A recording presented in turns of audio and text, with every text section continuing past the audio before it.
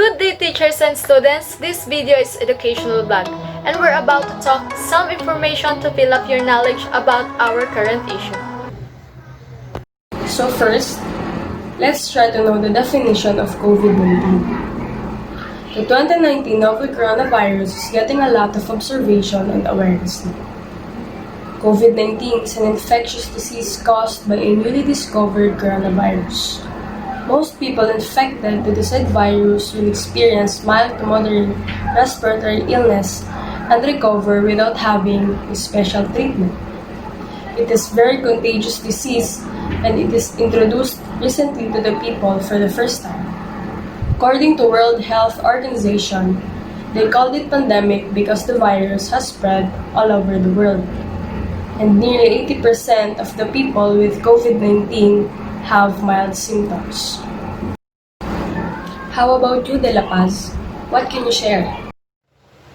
After defining the virus, now I will try to seek how the virus spreads or how the COVID-19 transmits to one people to another. COVID-19 spreads between people through indirect and direct. Indirect meaning through contaminated area and surfaces. Direct meaning close contact with an infected people via mouth and nose secretion. This includes saliva, respiratory secretions, and secretion droplets. These are released from the mouth of an infected person, cough, sneeze, speaks, or sings. For example, people who are in close contact, meaning within 1 meter, can catch COVID-19. Why? Because when those infection droplets gets into their mouth, nose, or eyes. Now it's your turn, Licsi. What can you say? Or what can you add on what I've said earlier? So guys, there are also other ways that virus can be transmitted. You wanna know how? Watch this. What are the other ways that virus can be transmitted? People with the virus in their noses and throats may leave uninfected droplets in the objects and surfaces. It's called fomites. When they sneeze, cough, or even touch objects like couch, tables, and handles. Other people may become infected by touching these objects or surfaces, then touching their eyes, their nose, and their mouth before washing their hands. So guys, this topic might interest you. So Japzon, it's your turn. Here, we're going to talk about the difference between asymptomatic, presymptomatic, and symptomatic. Come on guys, let's know it. Now, I will discuss the difference between asymptomatic, presymptomatic, and symptomatic. Infected people who are symptomatic are developing symptoms of the virus, while asymptomatic are the people who are infected but never develop the symptoms during the period of infections. Conversely, presymptomatic spread is a transmission by people who don't look or feel sick but will eventually get symptoms later. Let's take another step forward to have more knowledge. Now, let's try to know the different categories used by the DOH for coronavirus cases.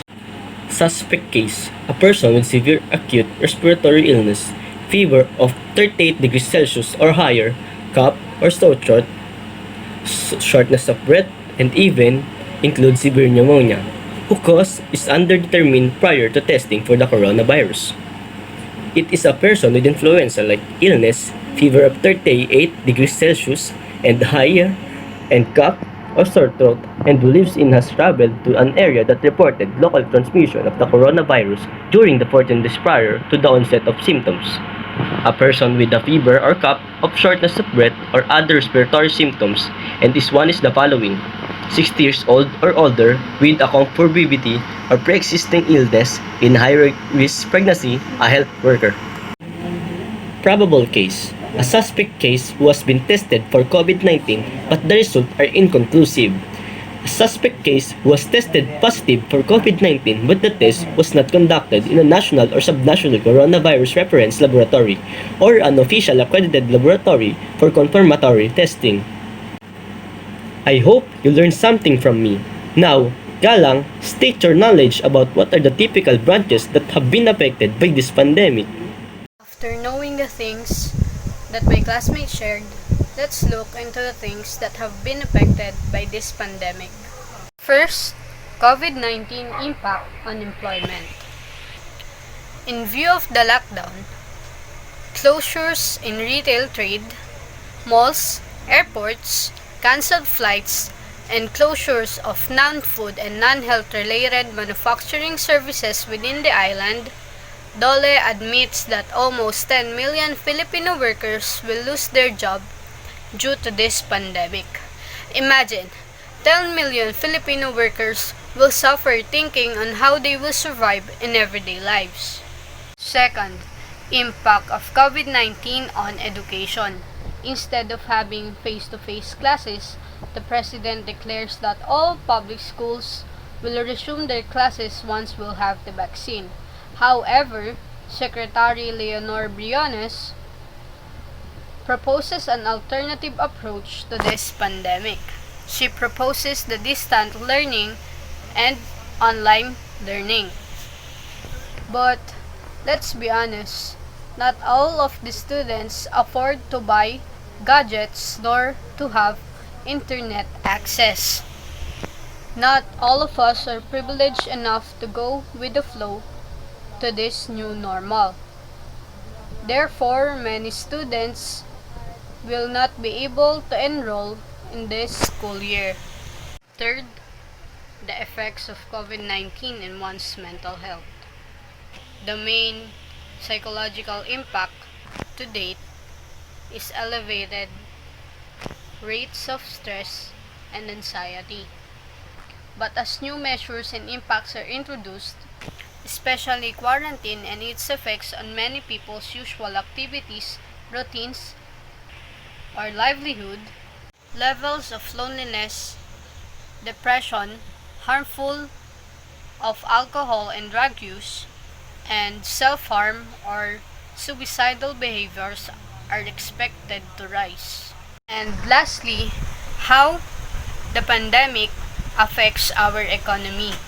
The Philippines witnessed a slower economic growth by the first half of 2019 compared to 2018. The country saw a sustained economic growth of 6.3% between 2010 and 2018, while the growth slowed down by 5.5% in H2 2019. The World Bank estimates that the Philippines will witness a full year 2019 economic growth of 5.8%. The ongoing coronavirus impact is expected to result in subdued growth for the economy by 2020. Those are the major affected factors by this pandemic. Now, let's jump into knowing the statistical data of COVID-19 cases. The unemployment rate in the Philippines due to COVID-19. The unemployment rate in the Philippines hopped to 10.0% in the September quarter 2020 from 5.4% in a similar quarter a year sooner. In the midst of the monetary decline brought about by the COVID emergency, the quantity of jobless people flooded by 2.13 thousand to 4.57 million, while the quantity of utilized dropped by 1.21 thousand to 41.31 million. In the interim, the work power cooperation rate facilitated to 61.9 in the second from last quarter, from 62.1 from the earlier year. Laborers in the administration segment made up 48.2% of the aggregate, trailed by those in the horticulture division and industry. I think you have gathered a lot of information about this pandemic. And here, I would like to show you some apps and informations about the health minimum standards amidst this pandemic.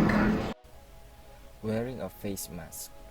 Masks are recommended as a simple barrier to help prevent respiratory droplets from traveling into the air and onto other people when the person wearing the mask coughs, sneezes, talks, or raises their voice.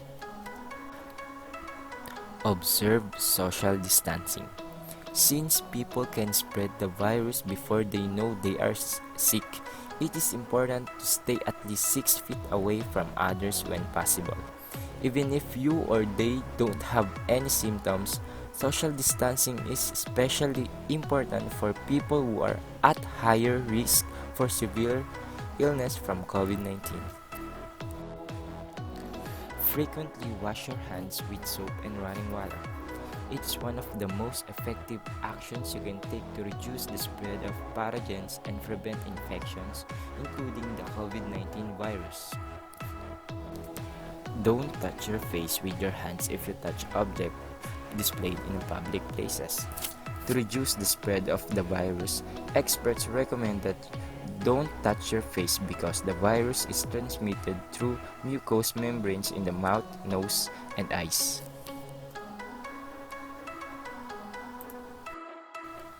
Always bring alcohol with 70% solution with you if you are going outside.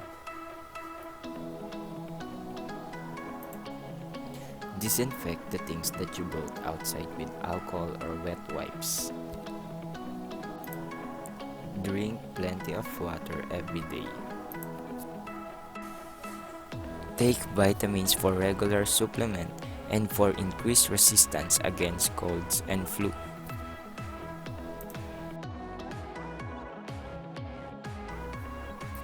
And last but not the least, protect yourself from stress and loneliness.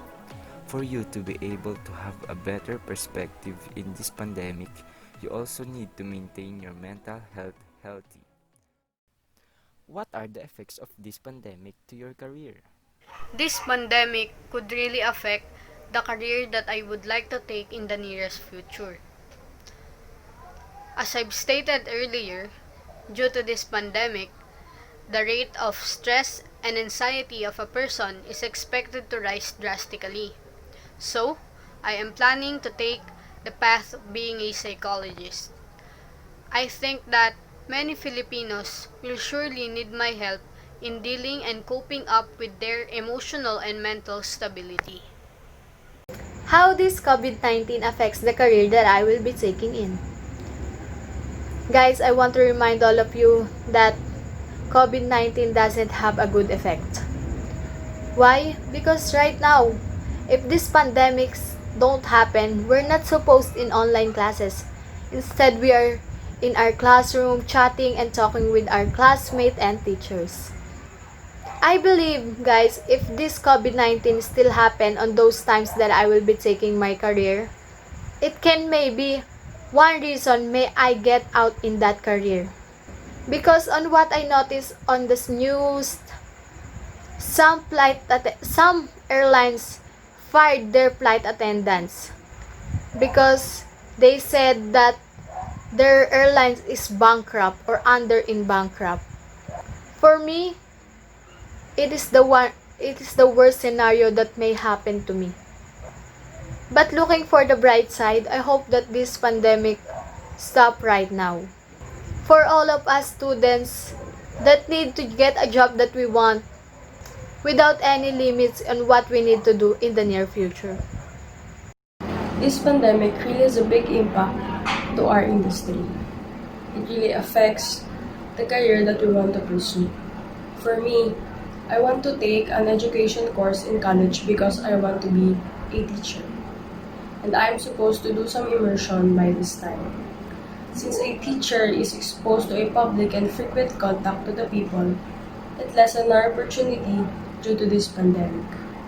Some of the students said that they are mentally and physically tired. But we must also think that teachers also experience that too. And because of that, we must consider to have a support system to each other and unity to survive to this pandemic. Because of this pandemic and negligence of our government, it has affected my career where I want to be a lawyer or a public servant. In this situation, I am clear about what is happening in our country, so I prefer to study law so that I can help other people in the future. coronavirus has influenced everyday life and hindering the worldwide economy. This pandemic has influenced a great many people groups who are either wiped out or being executed because of the spread of this disease. Countries are forbidding social occasions of individuals to stop the spread of the virus. Many nations are locking their populace and implementing exact isolate to the control the spread of the ruin of this exceptionally transferable sickness. This was the effects of COVID-19 in my daily life. Administration isn't having the option to offer their appropriate support. Scratch off or delay of enormous sports and competition in the past few months. NBA or other basketball was stopped and it was necessary. I miss it so much, but now I'm happy that they are back in playing. Social removing with our companions and relatives. Closure of spots for amusement, for example, film, play theaters, sports, clubs, gyms, pools, etc. I love movies, especially the movies that are coming this year.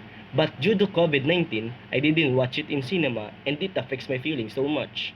I love swimming and basketball too, and I hope the basketball court and swimming pools are going to reopen soon.